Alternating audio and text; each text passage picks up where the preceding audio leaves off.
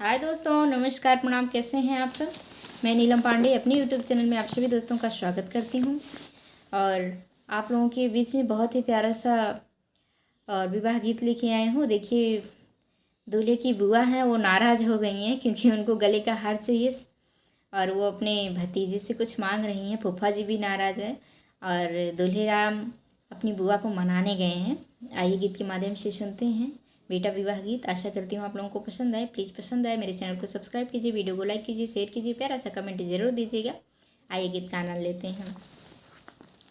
सावर रंग के दूल्हा है दुलरुआ, घोड़े पीठी भाई आसवार जी। सावर रंग के दूल्हा है दुलरुआ, घोड़े पीठी भाई आसवार। गलिया के गलिया दूल्हे घोड़ा दाऊरावाए,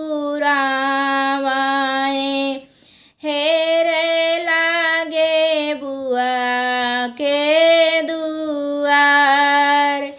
कहाँ मानया है हमरे फूफा के बखरिया, चला फूफा साज बरात।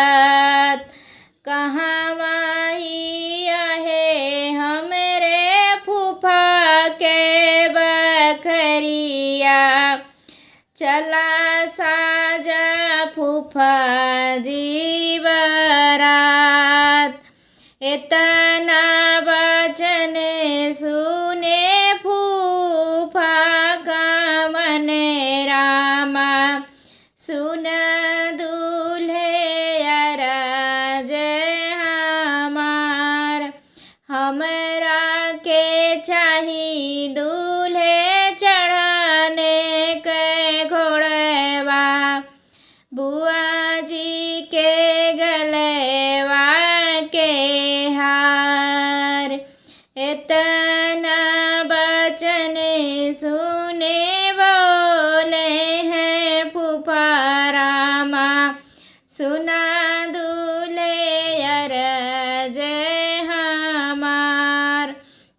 हमरा के चाही दूल्हे चढ़ने के घोड़ेवा, बुआ जी के गलेवा के हार।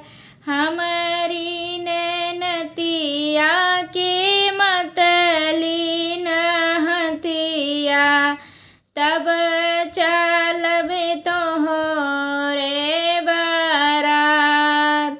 कहाँ हमें पवे फूफा चढ़ने के घोड़ेवा, कहाँ पवे बुआ जी के गले हार। कहाँ पवे फूफा जी मतली नहतिया, जिनी जई है हमारे बारात।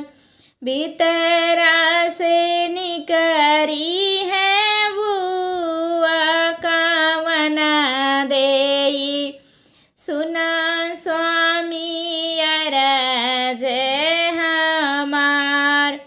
ई है भतीजवा हमरे प्राण के प्यारा, उहे आज रूठल जाए।